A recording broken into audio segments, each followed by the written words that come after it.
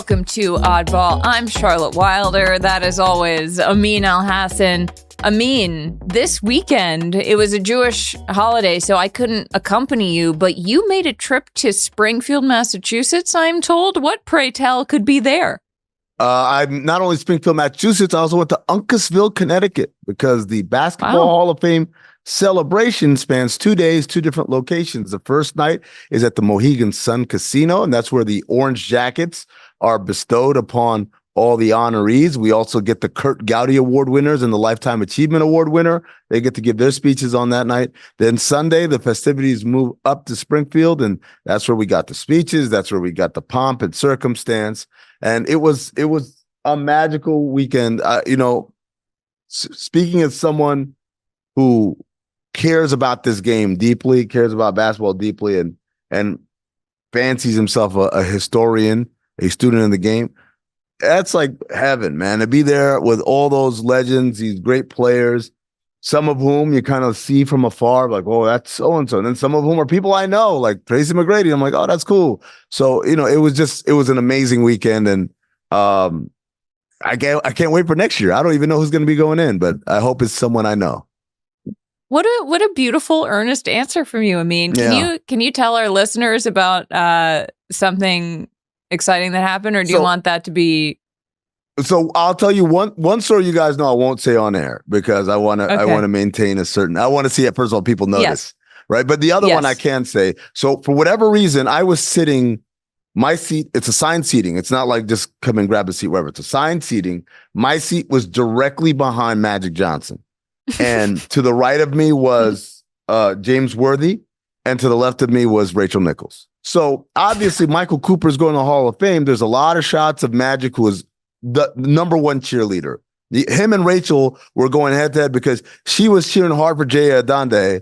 And then when Cooper came up, I felt like Magic was trying to one-up her. He kept going, Coop, and everybody else would start doing it too. But because Magic was shown so many times, I was in the shot a million times. And I saw you up there. The fun thing was when I first was trying to get to my seat before the program started, obviously Magic Johnson's there. Pat Riley was right across the aisle from us. So it was like a Lakers magnet of all these people trying to come over and say what's up. And so I walk up to Magic and I said, "You're causing a traffic jam. I just want to sit down." And he laughed and he gave me a dab. And, Magic's my friend now. So. All right. Well, Magic Johnson, please come on Oddball. We would love to interview you. We're going to have what? Look, well, we'll see later. We tried. Let me just say that. Okay. Well, we'll have more on the Hall of Fame after the break, but we've got to talk about some NBA stuff. I mean, the biggest news that everyone's talking about, which we're going to decide whether it is news or not, is the Knicks Timberwolves drama.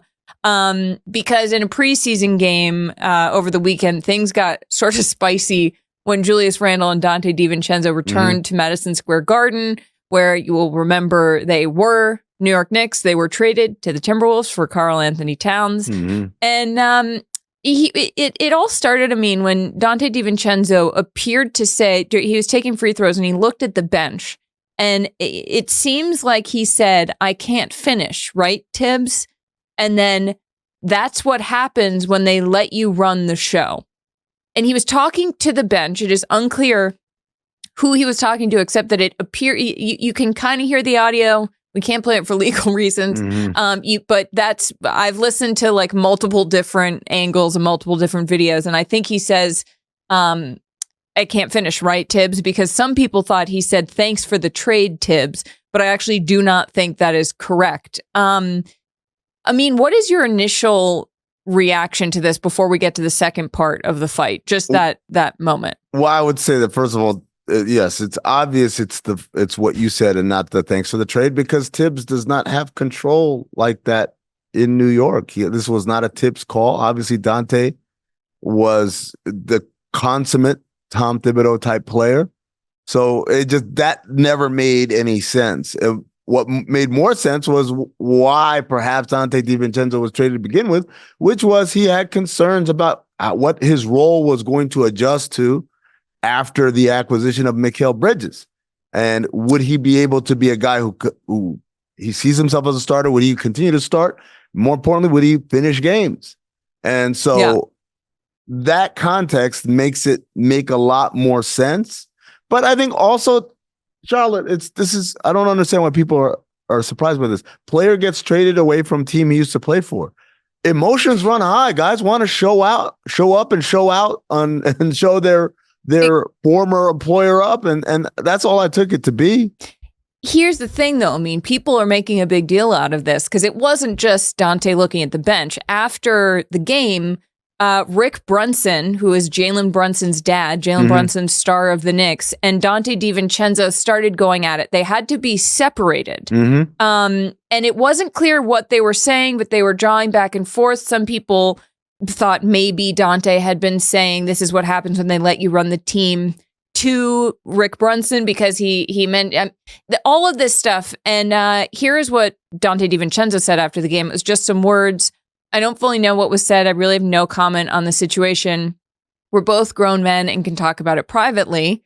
Jalen Brunson was then asked about it and said it was words of affirmation. Nice. Which is my favorite thing. And this is nothing. This is nothing. That Donte, as you said, it's a very competitive moment. You go back. First of all, you have to be a little bit nuts to be a professional athlete in the first place. You have to care and be so competitive to a degree that I don't think most fans can actually comprehend. And so, of course, he's going back home. But I don't think it's necessarily, I really do think this is just like the heat of the moment stuff. And Donte was a groomsman in Jalen Brunson's wedding. Like this is small I'm gonna tell you right now, it's Donte yelled at Thibs. Rick Brunson is a real one. Thibs is his guy. That's his man, $100,000. He said, "You're not going to talk to my guy like that." It's kind of like when Udonis Haslem gets up and starts barking at someone who barked at Spo. Remember when Jimmy Butler and Spo got in an argument? And Udonis Haslem got up and got real feisty. That's the kind of relationship, right? And it's nothing. There's no animus. It's just the idea that, look, these guys are emotional, and this guy's going to stick up for his guy, and that guy's going to talk his or whatever, and that's what happens. Again, Rick Brunson does not run the Knicks. Tom Thibodeau does not run the Knicks. Like this is so ridiculous. It's patently absurd. It would be like someone walking into Miami and saying, you know what? I think Jimmy Butler runs the Heat. Like, I think we all know who runs the Heat. It's the guy that I saw in Springfield who looked at me and said, "Miami guy." And I said, "Yeah." Wait, Pat Riley said that. Pat Riley called me a Miami guy. So that's where all the rumors start, I guess. Every time people are like, "Oh, Amin just likes the Heat, he's a Miami guy." I'm like, I'm not. I don't even live there. I've never lived there. Why do people say that? Well, now I know why. Because Pat Riley running around telling people I'm a Miami guy. Looked at you and said, "Miami guy." Miami guy. How did you not lead the show with that? Well, that's absolutely I incredible. felt like Magic Johnson, giving Magic Johnson a hard time is it's a little higher. Yeah. Okay. Right. Fair. I do think, though, I mean, that this is great for the NBA. If this is a narrative that people take and run with, that there's like beef between the Knicks and the Timberwolves, and the Timberwolves having Anthony Edwards, this incredibly exciting play, like, it's just fun to me. Like, even if this was nothing, the fact that there are passions that run this high, I think I don't think it's a bad thing for the overall NBA. There's two things here. In the small picture, it's, this lets us eat up at least 3 more days out of the remaining 7 before the season starts, right? we got to have storylines. We got to burn some stuff before we get to the start of the season. And big picture, finals preview. Oh, not my finals, but a finals preview for some people. Okay. Maybe it's an in-season tournament finals preview. God, that would be fun. Oh, Emirates that would be Cup. So Emirates much Cup. Fun. Emirates Cup. I'm sorry, Adam. I'm sorry. Emirates Cup. Mr. Silver, remember when you invited us to Secaucus to watch a game with the refs in the replay center? I would still like to take you up on that. All right. We have 2 smaller stories. Well, I don't know if they're smaller stories, but they're stories. Joel Embiid had a sort of wild quote. He just signed that massive contract extension. And then he said recently, "If I had to guess, I would probably never play back-to-backs the rest of my career." People will remember it was a whole big thing when there was the 65-game rule that you had to play more than 65 games to be considered for MVP. Joel Embiid was hurt. He tried to play anyway. He got more hurt, blah, blah, blah. What do you make of this, Amin? Well, I think, first of all, he's just speaking like from the hip. I don't think that's an actual policy that the Sixers are undertaking or that he's even going to do. I think the big thing is just understanding and monitoring his body. That's what it is. It's not, there shouldn't be a rule. He can't play in back-to-backs. It's just, hey, how's he feeling? Let's not have a redo of what happened last year where we clearly saw him in that Golden State game. This dude doesn't look right, guys. This dude doesn't look right. And then he ends up getting hurt. That's what we need to avoid. I don't think there needs to be any sort of, like I said, heuristic that we all have to follow blindly. Just monitor it and see. And, who knows? I remember different guy, but Zydrunas Ilgauskas, years and years ago, the Cavs center, he started his career the first 2 out of 3 years, missing a lot of time with foot problems and foot issues. And then after that, he got past it, got over it, and he played a bunch of games the rest of his career. And I hope that we could get to a day where Joel Embiid's body is good enough to play the majority of the games in an NBA season. Embiid did follow up and say, we've got to make sure to do whatever it takes to get to the postseason so that he's healthy. So in that makes a lot of sense. One last thing, speaking of injuries, the Bulls' Lonzo Ball, a name that you all have not heard in a long time, but once upon a time could not get away from, will make his return on Wednesday's night preseason game against the Minnesota Timberwolves. A lot of Timberwolves preseason stuff going on. The last time Lonzo played, January 14th, 2022. So almost 3 years. That's 3 years. Wild. That's 2 3/4 of a year. Do you think there's a chance that he can be, I don't even know. Who's to say? But we just want to see him on the floor. It's cool that he's playing. Yes. That's all I want to do is see him run up and down and break a sweat and not have to come out and not be out for 2 weeks after that. That's at this point, that is the only standard we can hold for Lonzo Ball. And if he's running, look, again, I'll give you another example of a guy that we thought it was done. I remember Sean Livingston messing up his knee. And I thought, it's a wrap. This dude's never going to play basketball again. And then he came back and he was getting minimum deals, non-guaranteed deals, playing 10 games here, 20 games here. And then eventually he became like an Iron Man almost. He had to change his game, but it can happen. If you're Lonzo Ball, keep hope alive. We'll find out. All right. Hall of Fame after the break.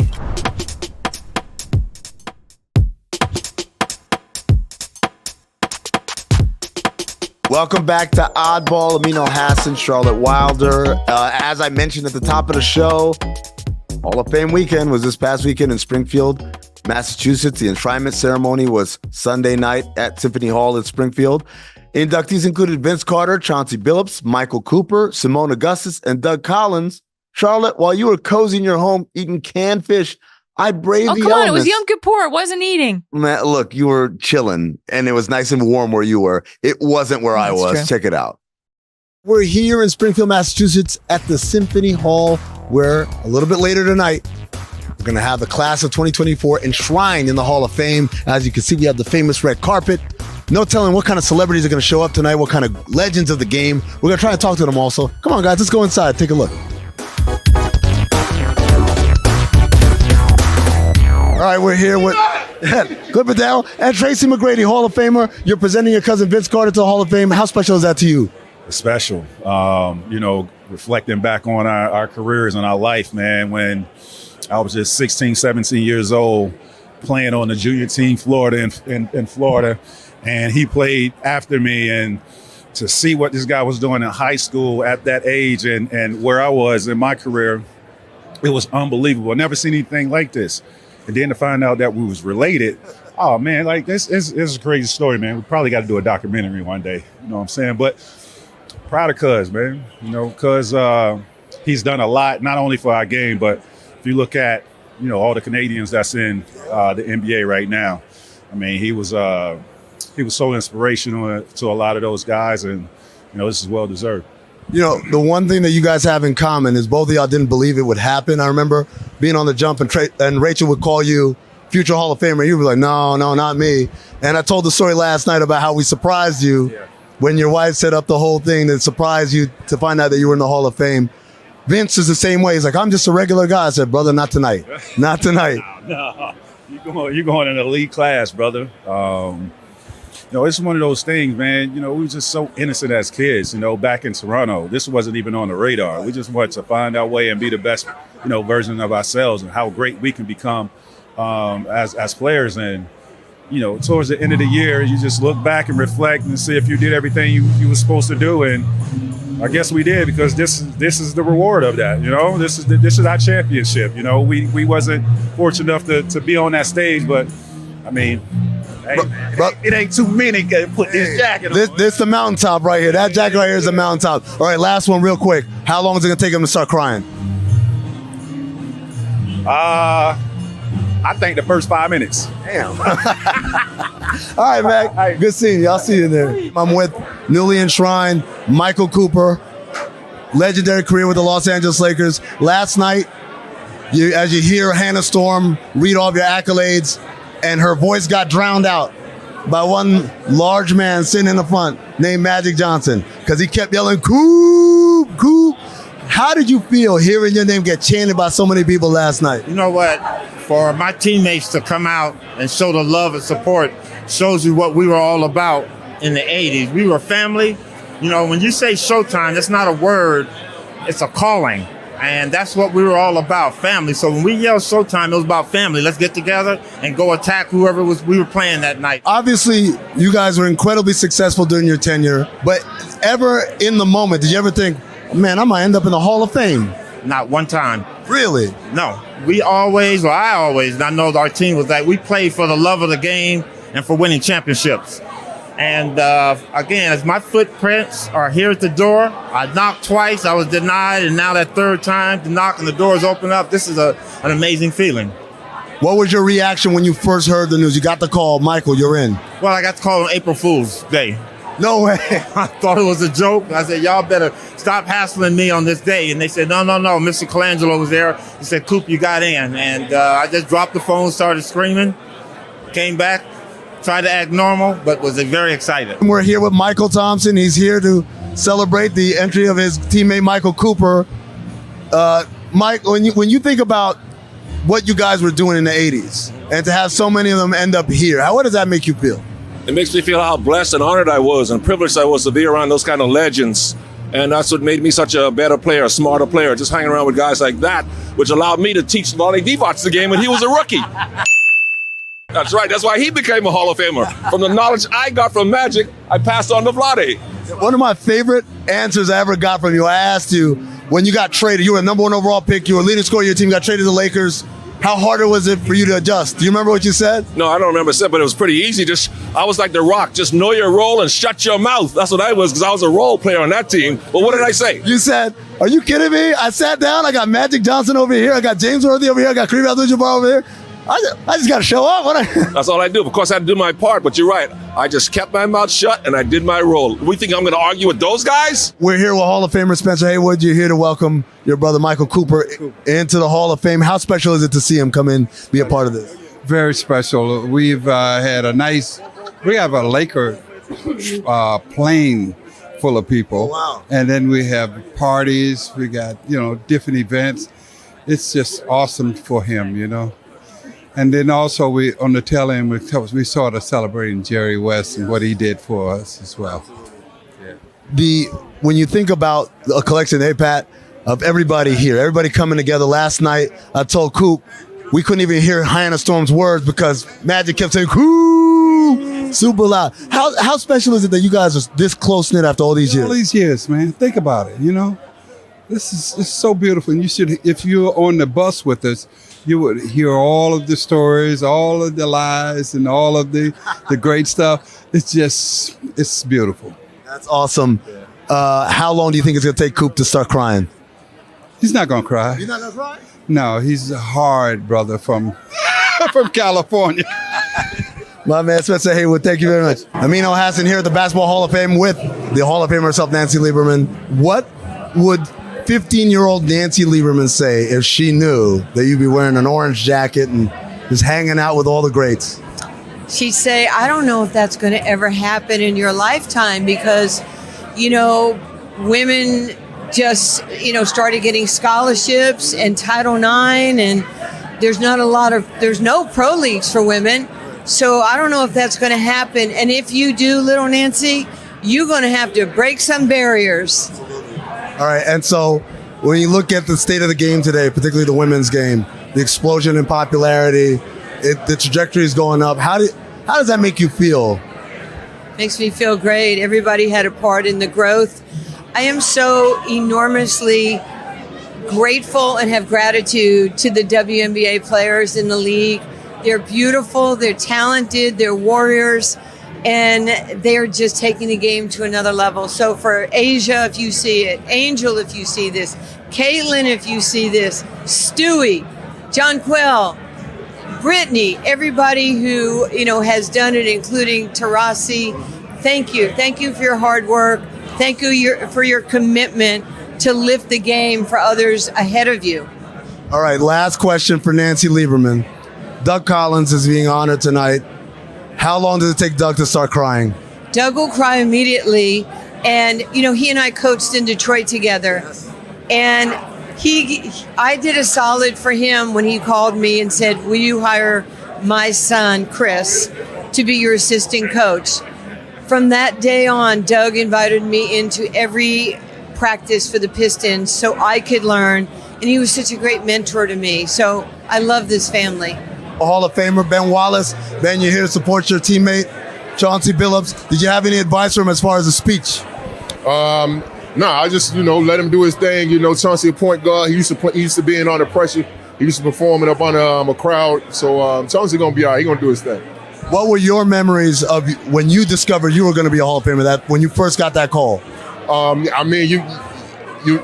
You never really come to terms with it. I'm here, to bring Chauncey into the Hall of Fame, and it's still not really done. And don't mean that, that we have achieved the ultimate fate for basketball.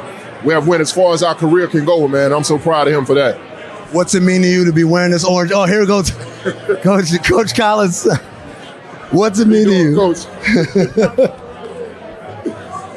What's it mean to you to be wearing this orange jacket and see all these great faces and names from across history, people that you grew up watching, to be part of that same fraternity? What does that mean to you? Man, it's great, man. It's like I say, it's a great brotherhood.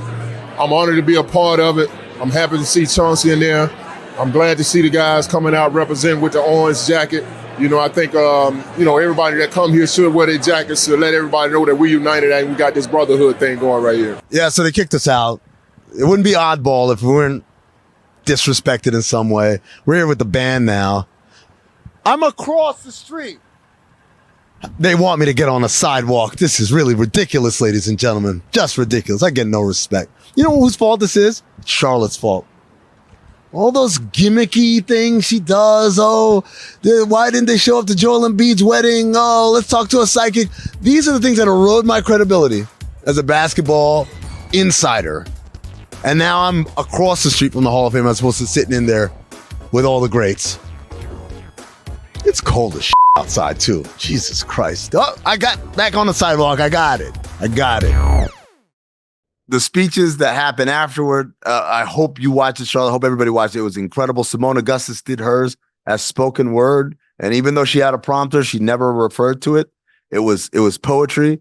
But Doug Collins stole the show with a 32-minute speech, including multiple times where the prompter said rap with multiple exclamation points in all red. It was hilarious. I loved every moment of it.